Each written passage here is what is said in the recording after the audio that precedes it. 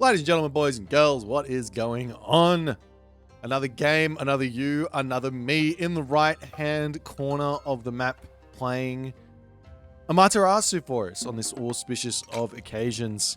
It is Miku Nakano, also known as Jack the Rat 90. I've been casting a fair few of his games recently. He's been getting incredibly strong at this game, and I feel like, a little bit of recognition is in order. He's a scary player, and I'm very excited to see how he's going to be doing in Age of Mythology over the next coming of weeks, months, and shenanigans. His opponent, however, is no slouch. It's fan favorite Kido, Severo Jones, Bones Malone. He is playing some Demeter for us. Demeter is still the flavor of the month. Everyone's trying to work out, is she weak or is everyone just bad with her? Today we get to decide that for ourselves, as we're going to be watching what Kido is going to come up with. I must say, I definitely think that there's going to be some matchups that are incredibly difficult to play for Demeter, but there's going to be some that are very nice. And I kind of think that this Amaterasu matchup is potentially going to be one of those very nice matchups. Reason being is, against Japan, one of the best ways to play is fundamental Age of Mythology. We're not looking for any big fights. We're just looking to slowly expand, limit our weak spots, try and push our economy as fast as we possibly can without taking any significant risks, and take the game as far as you possibly can. As we do see the Wither getting dropped down, that's going to cut that shrine down nicely here. This shrine is almost going to be useless for Jack's Miko here. He might have to find himself another place to go. But yeah, this is, unfortunately or fortunately, this is just going to be one of those things that you see that this is just going to happen. At the moment, it's 0.06 for the Miko. I don't know. I think that probably the best usage for Wither at the moment is either on a retreating army. So you're chasing after the army, for example, and then you just wither their retreat path, slows them all down. You're able to chase them and get some extra damage done, right? Or it's going to be on an actual raid. You put it on the villager and they run away. Or there's going to be some sort of like big brain breakthrough from a very defensive player's base. You open up their base with the Wither and then you go kill them. If you're playing as Ra, for example, or Egyptian, and you want to be playing that turtle game, you might actually want to wither the berries. So on this map, there's only 4, so it's not that big of a deal. But those sort of options are also going to be there. As Jack is searching around in this main base, the villager going to be shanking, doing some stuff here. One thing I know that Jack likes to do is hit the classical age and then use the kitsune to try and lock you in onto the forest to get an early game kill. But Orpheus will be in here. He does grab that Tawawara's last arrow, which will make his archers much stronger, and they're already going to be really strong. The current strongest archer in the game is kind of a toss-up between the Ares Hestia Toxotes and the Ares Apollo Artemis Toxotes. I guess Persephone as well is going to be a thing, as we do see the village center getting dropped down here from Kido. I like the innovation. I like that people are doing this, but this is where the but comes in for me. This is where the but comes in. We are seeing actually Minakata Tomi coming through for Jack here. The but comes through for me inside of the why. What extra do I get apart from the fact that I get the gold boost on building this village center? That's what I get, right? I just get a nice gold boost. So I don't get the full villager build. I guess the villagers don't have to be out in the middle of nowhere. But in this map, I feel like if Kido just walks forward and grabs this town center here, he can knock these caribou close to his town center, eat them under there. He's got a nice gold mine behind it. It's looking very, very good for him to just go and grab that sort of a situation. But yeah, like that's what I'm seeing here as Jack is. He's doing this Minakata Tommy thing. I think he did the same thing versus me. I played a game versus him, and he did the same thing versus me. The whole idea here at the moment is this god did get buffed. The saltwater spring is now going to be plus 15% for hunting, 125 gold, 12 favor. The double stables, they're up as well, and he's going to be going for some very, very early raids with a nice economy stacked behind it. And just looking to put some pressure on and take control of the map. So we'll see how he's going to go. As Kido already has himself very much... I love this. Look at this beautiful base construction.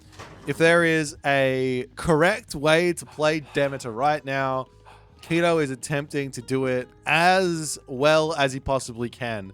A little bit of a wall, a little bit of stable house. He has gone through areas and not pan, so he does miss out on those wolves, which can be they're obviously a gigantic boost to your economy. I mean, without question, sure, they're costing 300 resources a piece, but they're also going to be a unit you get to use later. So in some regards, they're not even costing you anything, as the Naginata Rider does charge in here. We'll get greeted by the Cyclops and the monkeys. Beware the monkeys, as the Cyclops is going to throw that Naginata Rider into the air. And take a little bit more damage up onto the top here. The villagers might need to turn around and shank, but there is also going to be access to that solar shield at the moment there as well, as that's exactly what's going to be happening. Attempting to snipe that low HP villager, but well controlled by Kido. Not losing anything just yet. This Naginata Rider going to be going for a bit of a flight. He's going to have a bit of a jump around, as this villager over here is going to get poked down. And like as always, when you go for these 2 TC plays, it's very, very hard to not drop any villagers. It's very, very hard. You have to be... If you don't drop any villagers, you basically are just winning though, right? If someone goes for a raiding play. But 2 villagers down, Naginata Riders. 1 down, potentially 2 down here, as well as the monkeys are going to prevent the other one from getting out of here.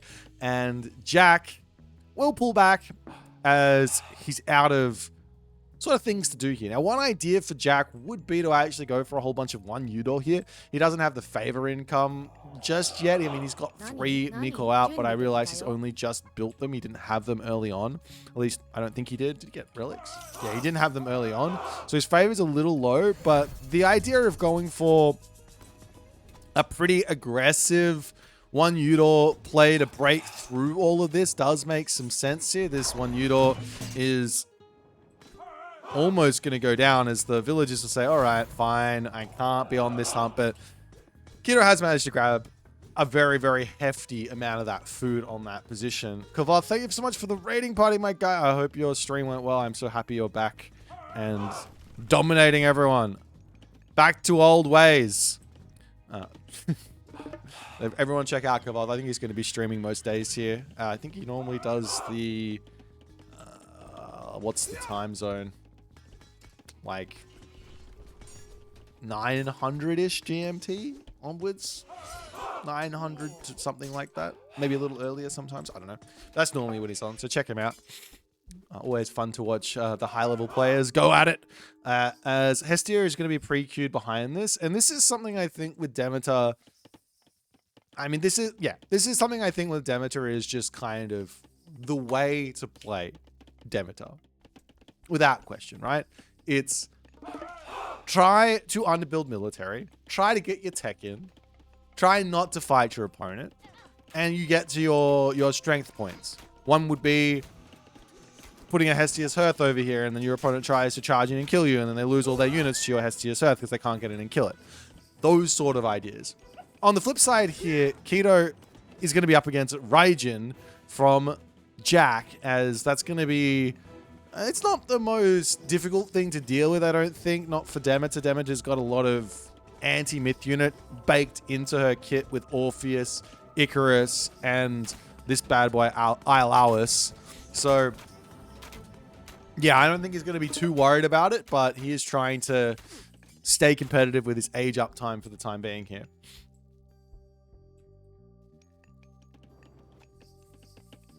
And you do see some more archery rangers coming down, another stable on the way.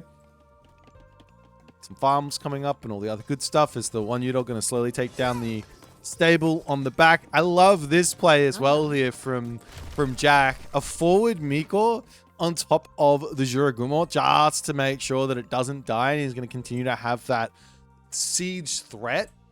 You're not going for any extra ones, which always disappoints me, especially when you're playing against someone who's going to be turtling like this. I think the one Udor kind of all in is very, very interesting. Of course, you do have to make sure that you've got some sort of an answer for Orpheus. If you can take Orpheus out, then the one Udor becomes incredibly strong. But then on the flip side, he does build in 5 seconds, so he'll just be right back out immediately if you're trying to dive the main base. So there's maybe no serious angle to break your opponent, but there is enough angle there to force them to have to build units, which is what you want to do against, or what you want Demeter to have to do. You want Demeter to do that sort of stuff. As we are seeing the farms coming up, and this is another kind of really nice thing, I guess, for Demeter when playing in this village center. As much as I don't like the village center from Demeter at the moment, you do have yourself... Where's this Hestia's Hearth clicked? Am I blind? Oh, it's just here. Okay.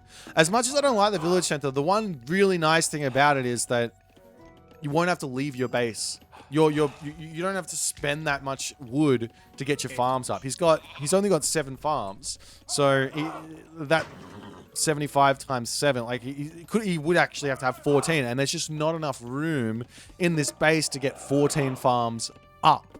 So it is a really, really nice part here. You can get super squishy in your base and it's totally fine as Demeter. So it's not just that you get half price farms. It's a little bit more. It's a little bit more of a boost there, which is really nice. As we are going to be seeing Hanya Mask coming through for Jack, as the Shinobi are going to start up as well. This is an interesting idea actually from Jack. I haven't seen many Amaterasu players trying this.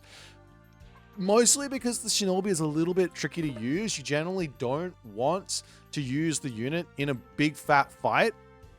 You want to just run around with the unit and just harass buildings and things like that. Go for raids. And if your opponent's just going to be turtling for the entirety of the game, then you're not going to be able to do a whole lot there. But he is going for Toxotes. He is going for Hippias. So, oh. And he is going to get Mumu'd. Mamad? Mama? Is it like Bohemian Rhapsody? Mama? Ooh, no. Just me? Okay, just me. Alrighty. So, nonetheless, just going to be chilling, sitting in here, doing what he can until such time as he needs to push out for a second gold mine. So, one thing here that Jack could do already, as he does decide to drop the weirdest of solar shields as the the Icarus raids are going to start. Definitely arguably one of the most powerful heroes in the game right now is this guy. Arguably. He shoots every 1.2 seconds. It's kind of impossible to get off to dodge arrows, get off a shot, dodge arrows. I'm not sure he's quite gonna. Maybe you can do it actually if you're good enough. Anyways, over onto this side, the samurai in the prodrome is trying to snipe the Naginata riders as they're getting chased down. The samurai gets just a little bit of damage here as that one Udor trying to do as much damage as he possibly can. The entirety of this army of Kido making its way over onto this side for the time being. Going to be looking to drop that fortress down, grab this gold mine, and move along in this game, as it looks to me like Kido has managed to break out. For whatever reason, Jack's army is looking incredibly small. He's maybe missing a little bit of spend here on the wood and the gold, but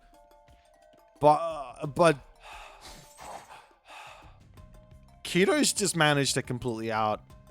I don't know if this is just straight out playing. He's taken no damage, so his second talent center, his village center, has been insane, or what. But an incredibly well played game so far from Kido. Over onto this side as well, the rare Prodromus raid. This is a unit you don't get to see raiding all too much. Reason being is normally the damage isn't there, but with Ares, you do get access to that that technology here.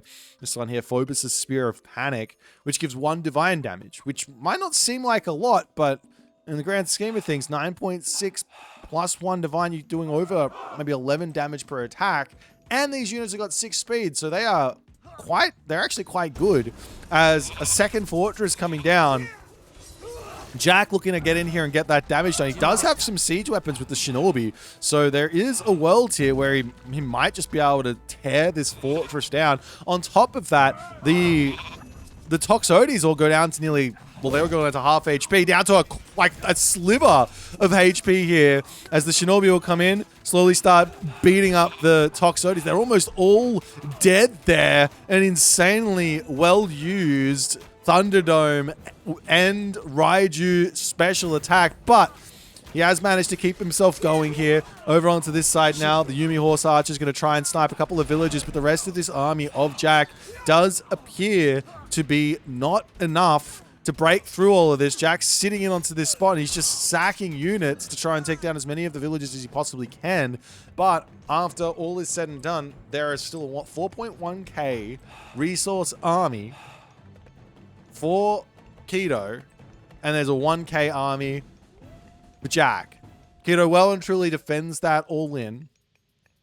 Some villagers go down. Town center coming up onto the top here for Jack, and Jack does already have this town center up. So while Kido's got an advantage right now, no questions about it, Kido will need to make a response here, whether that's just walk forward and grab this town center, whether that goes heroic age and try and make a big push as fast as possible. I think the most safe way to play is just to look to walk forward and grab this town center, look to grab this gold mine, look to try and secure this corner of the map for a trade route, and play for the 265 population army that is incredibly strong for Demeter. We do have Hephaestus queued up here as well now for Kido. I'm not really surprised to see the Hephaestus. At the moment, I think that while Persephone is cool, unique, quite situationally strong, there's probably never a bad time to go Hephaestus with Demeter. Reason being is you get plus 30 population with Hestia. Three town centers, 6 farms, plus 30 population from those farms. Then you get the Plenty of Ult, which is an effective plus 10.5 population at the moment. I think you're getting 3.5 times 3, right? In terms of resource income. So it's like roughly, we'll just call it 10 population for ease of my brain. And then you also get all the upgrades. So you can just start working towards filling up that population immediately. So it's really, really good to go for the Hephaestus angle.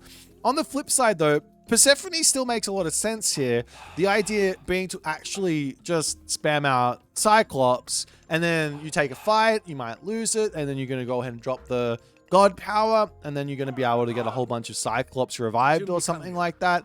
Makes a lot of sense, as the Yumi Horse Archers are just going to be trying to deny any movement around the map of those medium Prodromus for the time being. And, well, Jack does have a big amount of units coming in here. One thing that Jack could have tried here instead of going town centers would have been to try and get to the Mythic age nice and fast for... Wait, does he have it? Yes, he does. For Orkaninushi, and then you get Divine Prefecture, and that's going to be allowed... It's going to help you catch up on the villager production really, really quickly, on the villager differential, and rather than needing to go for the town centers, maybe be a little bit more of a solid way to go for it. But for the time being here, Kido does have somewhat of a difficulty. He's got the triple markets queued already. And this is the difficulty. The difficulty is the fact that this trade route just is kind of mid. What's he going to get? Like 30 gold per trip or something? 33 gold per trip. So it's a little bit mid. It's not going to be enough gold for him to actually support fighting. Hello there, Orpheus. It's not going to be enough gold for him to support the full population army, right?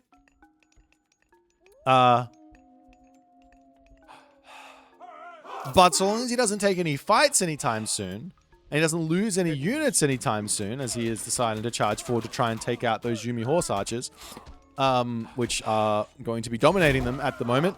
So long as he decides not to do this, great usage of that solar shield, then he will be able to get up to full population, and he's probably going to be able to make a push to get a nice gold mine. Meanwhile, Jack's done something very nice here. He's left this gold mine. He's on the forward one mining this. He's on this one mining this. It's all walled up. I really like the way that Jack is playing this specific situation. It feels very, very nice. As the Icarus goes down, Iolawus goes down. That's going to allow the Raiju back into this fight here as well. Orpheus is in, but the units need to be quite close to him to get that boost. I haven't really seen anybody trying to make use of anything specific with this aura. It's normally just by default going to be hitting your archers. But if you want it to hit your front line, you just have to manually send that Orpheus forward in the fight, so you can be still sitting close to the hoplites rather than on top of the archers. But I think most people are just like, it doesn't matter, we'll just do whatever. It's fine.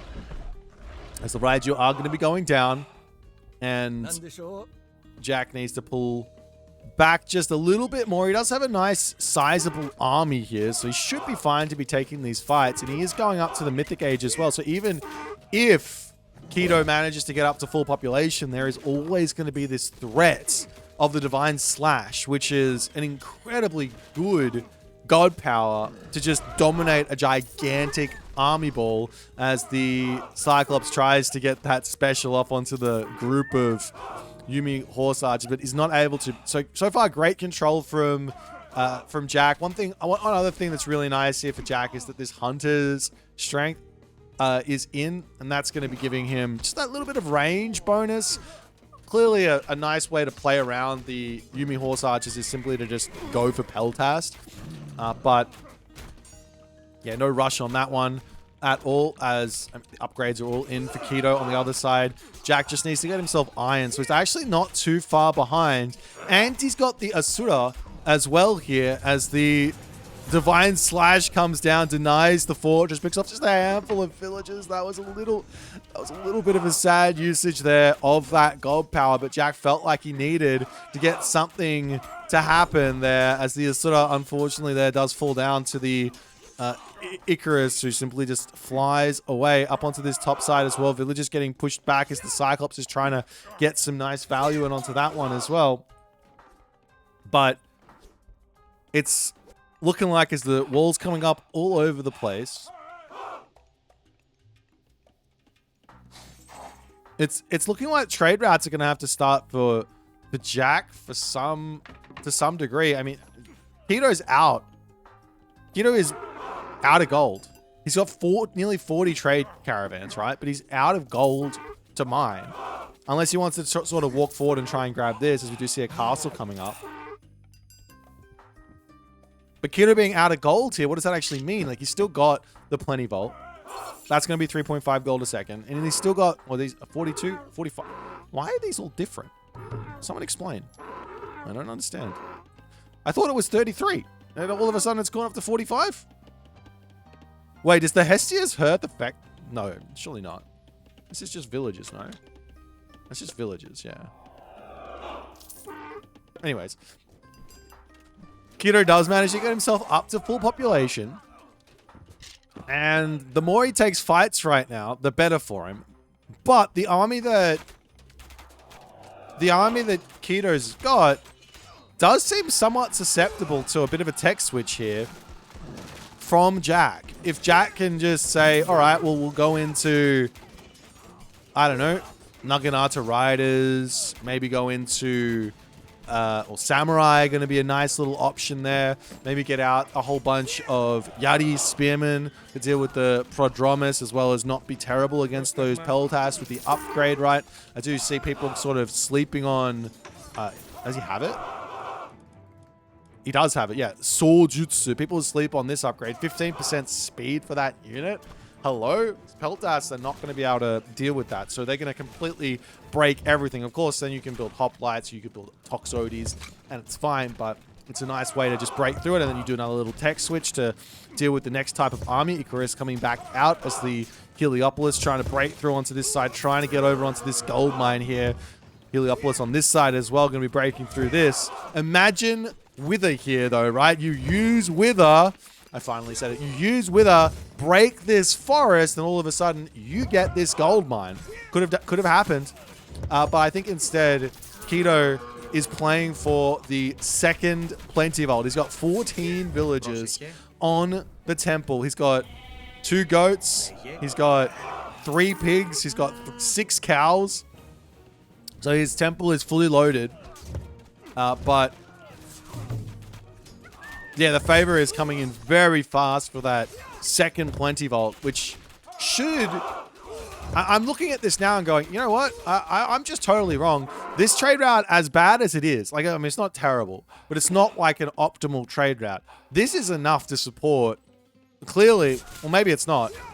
I was thinking it might be enough to support this full population army constantly trading, but maybe not. But definitely once this Plenty Vault, this secondary Plenty Vault comes in, which I'm assuming is going to come in soon, then all of a sudden there's just going to be so much extra resource to play with. The one thing that I actually would rather see here, though, from the side of Kido is getting himself some sort of a myth unit frontline, whether that's with the Cyclops or the Colossus at the end here in this game. Like, Cyclops and Colossus right now seem like a fantastic unit to be adding in here. You force your opponent to make some Onnomusha or Bushi or Daimyo, cost them more resources, and you are good there. On the flip side here as well, now, Jack is starting to make the trade route. Jack's trade route is equally as bad. He's deciding not to go down to the corner of the map here. We do see these walls coming up. An attempt at a fortress over here makes some sense because you want to deny the market in this corner of the map. But I'm sure that's going to get spotted there from Jack as Kido rolls in here, and he's going to continue to try and break through. If he does get in onto this spot, he does knock out the trade route on this right corner, and he can secure it for himself. As Kido is now back up to full population. And Jack is up to full champion as well.